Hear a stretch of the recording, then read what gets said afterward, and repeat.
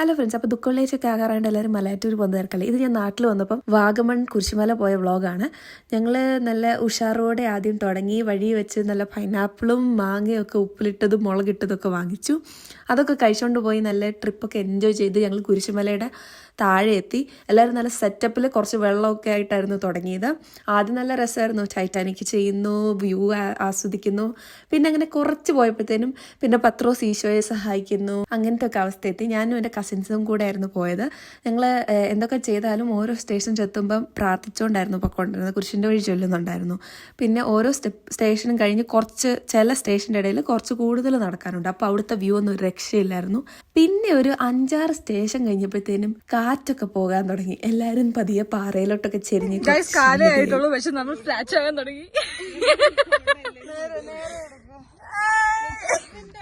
പിന്നെ തുടങ്ങിയതല്ലേ, നിർത്താൻ പറ്റത്തില്ലല്ലോ. അങ്ങ് മോളി വരെ കഷ്ടപ്പെട്ട് കയറി. ഇത്ര നേരം കണ്ടു വന്ന പോലെയല്ല, മോളിലെത്തിയുള്ള വ്യൂ ഒരു രക്ഷയില്ല. അവിടെ കുറേ നേരം നിന്ന് ചില്ല് ചെയ്ത് പള്ളിയിലൊക്കെ കയറി പ്രാർത്ഥിച്ച് നേർച്ചിട്ട് ഞങ്ങൾ താഴെ എത്തി.